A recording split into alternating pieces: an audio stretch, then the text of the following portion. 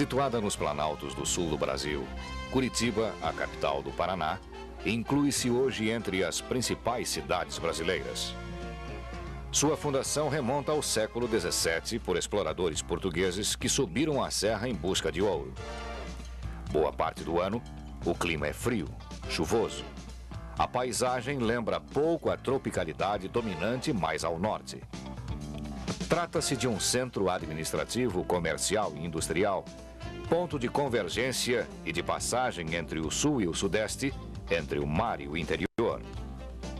Como as demais cidades brasileiras, nas últimas décadas, Curitiba experimentou forte crescimento demográfico, quando a mecanização da agricultura passou a expulsar para os núcleos urbanos milhares de famílias. Sua região metropolitana é habitada hoje por quase 2 milhões de pessoas. Depois de quase 20 anos de interventores nomeados, a população de Curitiba, em novembro de 85, elegeu prefeito um advogado comprometido com as causas da grande maioria. As forças democráticas que apoiavam Roberto Requião de Melo e Silva vinham de uma longa caminhada. De um lado, o PMDB, única oposição legal admitida no período autoritário, tornara-se uma força real, somando muitas vitórias. De outro lado, o movimento social, formado por associações de bairros em torno de bandeiras e reivindicações setoriais, amadurecera para conquistas mais amplas. O próprio candidato vinha das lutas políticas que, ao final dos anos 60, defrontaram a juventude universitária com as forças do regime.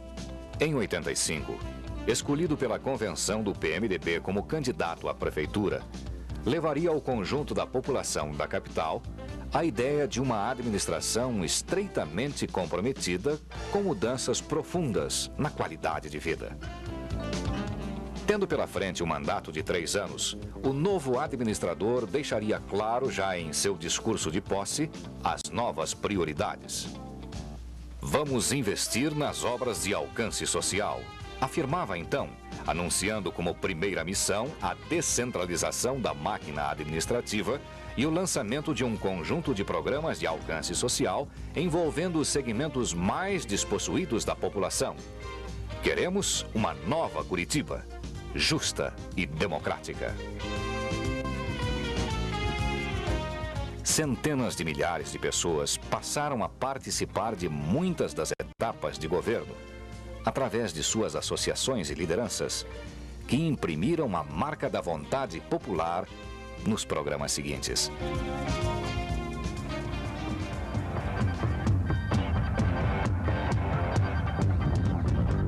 Para suprir imediatamente a falta de alimentos básicos nos bairros populares de Curitiba e os custos elevados, uma profunda intervenção nos mecanismos de mercado fez-se necessária. Surgiram assim os mercadões populares.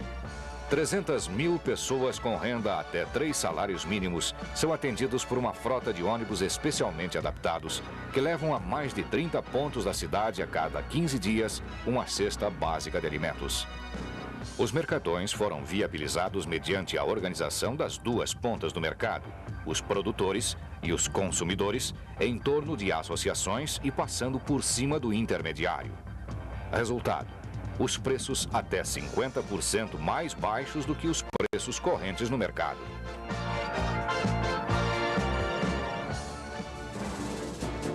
Em apenas 3 anos, o número de habitações populares construídas pelo município de Curitiba vai igualar a cifra correspondente aos 2 decênios anteriores. Vale dizer, cerca de 30 mil novas moradias. São habitações pagáveis em planos de 25 anos, a juros extremamente favorecidos, tendo em vista a sua importante função social. Para as famílias absolutamente carentes, a Prefeitura produziu 3 mil novos lotes em áreas públicas ou desapropriadas. Sistemas convencionais são praticados ao lado da autoconstrução, em que os próprios interessados e seus vizinhos participam da edificação do novo lar. As favelas receberam, na atual gestão, um tratamento particularmente transformador. Em operações concentradas nos finais de semana, os meios operacionais da Prefeitura são intensificados num mesmo local até a sua completa e súbita urbanização, com abertura de ruas, construção de pontes, instalação de luz, água e rede de esgotos. A população participa do planejamento e da execução num grande encontro popular que sempre termina em festa.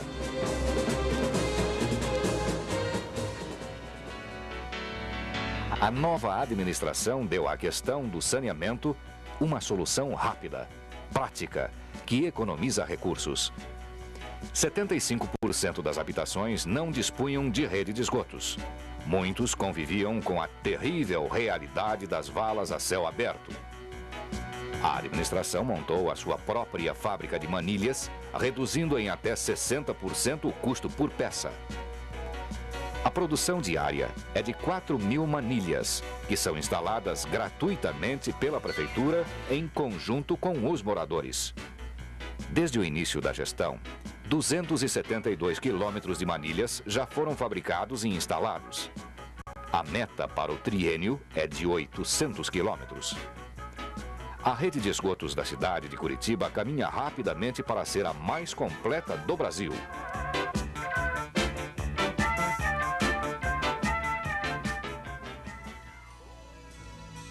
Uma revolução setorial vem transformando os serviços municipais de saúde. Centros de saúde e postos avançados nos bairros mais carentes levam os serviços médicos a toda a população. A cada 15 dias, um novo posto é inaugurado. Na atual gestão, foram admitidos por concurso público mais 254 médicos, 100 enfermeiros e 650 atendentes, além de mais de 100 dentistas que passaram a operar o novo serviço odontológico do município.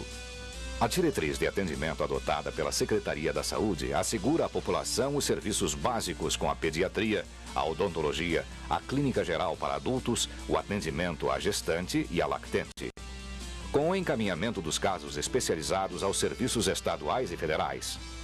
A partir da atual gestão, os serviços de saúde passaram a atender também em período noturno, assegurando ao trabalhador a consulta médica e dentária perto de sua casa, no bairro distante.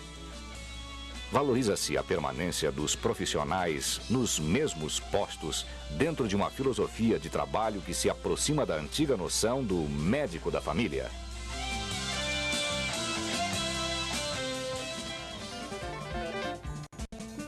A mulher que trabalha, suplementando a receita de seu lar, tinha que lançar mão de soluções improvisadas para a guarda dos filhos durante sua jornada de trabalho, ou simplesmente abandonava suas crianças até o fim do dia. Era uma situação crítica. A administração municipal empreendeu um grande programa de construção e instalação de creches nos locais de maior carência. As associações de moradores definem em conjunto com a prefeitura os locais mais carentes. Cada creche abriga 120 crianças das 7 horas da manhã às 7 da noite, oferecendo cuidados especiais e 3 refeições diárias à criança entre 0 e 6 anos de idade. A partir de 88, a municipalidade vem instalando uma nova creche a cada 7 dias. Até o final da gestão, serão 78 unidades, promovendo o desenvolvimento infantil e apoiando a mulher trabalhadora.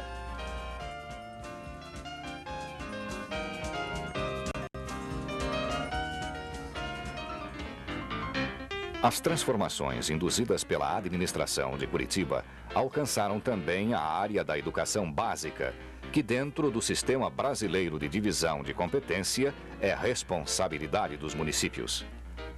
A nova diretriz pedagógica parte da noção do processo de educação como um processo integral, abrangendo não apenas a informação, como a própria formação da personalidade. No plano administrativo, ampliaram-se os espaços de controle democrático com a eleição direta dos diretores das 102 escolas municipais, pelo voto dos professores, funcionários e pais de alunos. 4.800 professores integram a rede municipal de ensino. 14 escolas integrais, onde os alunos permanecem durante todo o dia, serão inauguradas até o final do ano. Além do ensino formal, as escolas integrais oferecem à criança alimentação completa, aprendizagem de artes e ofícios, esporte, o lazer, a criação.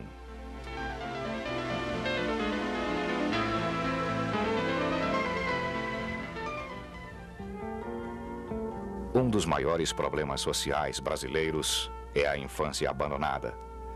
Cerca de 25 milhões nas grandes e médias cidades do Brasil são órfãos de tudo. Curitiba vem buscando novas formas de amparar esses meninos das ruas. A Associação dos Meninos de Rua reúne grupos de voluntários que trabalham na integração do menino marginal, oferecendo a cada um deles as oportunidades que nunca tiveram de obter uma formação, uma profissão, um lugar entre a cidadania. Em abril de 88, vamos inaugurar uma escola de meninos e meninas de rua, com todo o espaço necessário para as atividades escolares e de assistência. A questão da criança carente mereceu a criação de uma secretaria municipal inteiramente dedicada aos seus problemas.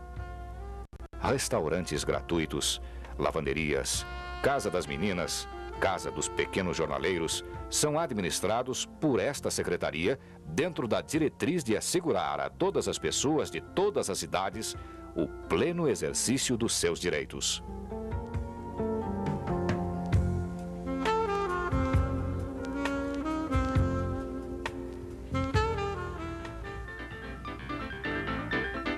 A diretriz de descentralização aplica-se também ao acesso aos bens culturais e às oportunidades de percepção e de expressão. Nos bairros de Curitiba, junto à população mais carente, as secretarias da Cultura e do Turismo estendem essas oportunidades através da criação de novos centros culturais, instalação de circos e do redirecionamento dos equipamentos permanentes de cultura. Festas populares, para todas as idades, se realizam por toda a cidade. Nas avenidas do centro, o samba e as fantasias fazem os carnavais. Festas como a do Réveillon e do Dia das Crianças garantem a toda a população o direito ao lazer, numa cidade muito tradicional de clubes fechados e excludentes. Cinematecas geridas pelo município, cinemas próprios recém-construídos, centros culturais, como o do bairro do Portão, com todo o equipamento necessário às exposições, o Solar do Barão, os anfiteatros São Francisco, compõem os equipamentos agora postos à disposição de toda a gente.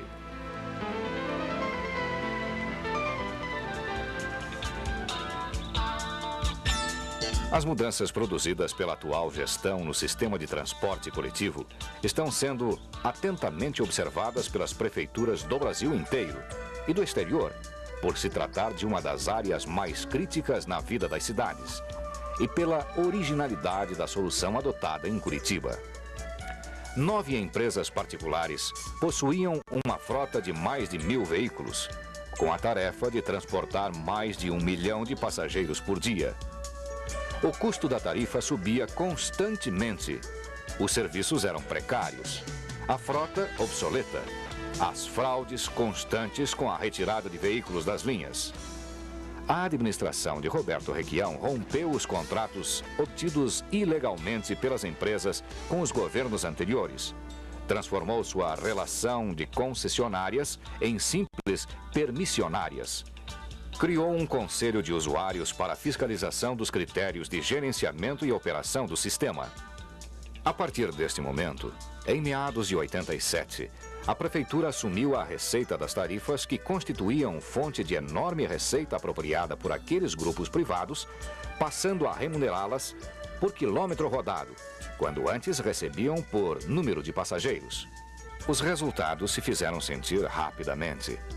A cidade hoje tem a menor tarifa de ônibus do país e as receitas obtidas pela municipalidade permitiram a criação de uma frota pública que acrescenta a cada 4 dias um novo grande veículo articulado com capacidade para 170 passageiros, para a substituição gradativa da frota privada.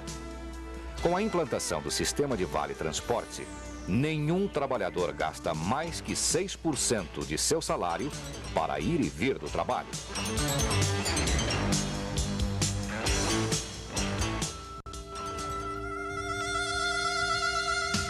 Uma das primeiras medidas da administração foi a criação nos bairros de 9 administrações regionais ou subprefeituras, conhecidas em Curitiba como freguesias.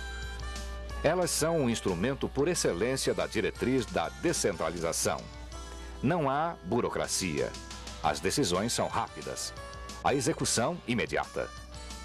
Em reuniões periódicas com os representantes populares, as freguesias fazem o detalhamento concreto dos planos de ação e contam com alguns meios básicos para execução, como distritos rodoviários e outros.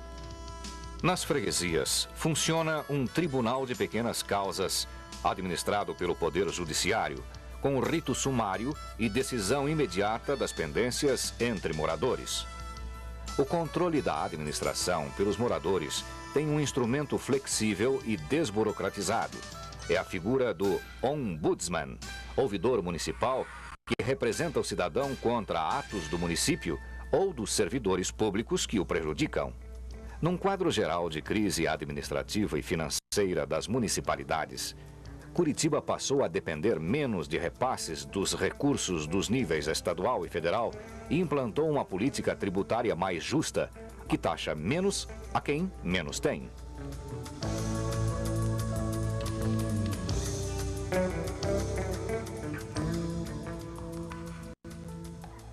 Eu gostaria de estar pessoalmente aqui na Argélia para conversar sobre a experiência de Curitiba. As cidades clássicas, as cidades planejadas hoje se subordinam de uma forma exclusiva aos interesses do capital, da produção, do comércio e dos serviços. No entanto, a cidade é um produto do processo cultural da aventura humana. É um produto do processo civilizatório. A cultura, quando assume o espaço da civis, da cidade, se transforma em civilização. E no espaço da cidade, onde os homens procuram a proximidade que possibilita a solidariedade, a vida comunitária, nesse espaço se elaboram e solidificam direitos. O homem na cidade tem direito ao trabalho e ao salário justo, tem direito à educação, tem direito à saúde, tem direito ao lazer. Ou, como entende Henri Lefebvre, tem muito mais do que isso, tem direito à cidade. E o direito à cidade é o direito à esquina e ao amigo da esquina. O direito ao bar e ao bilhar do bar. O direito ao espaço da sua igreja, o direito ao espaço do clube, o direito ao encontro.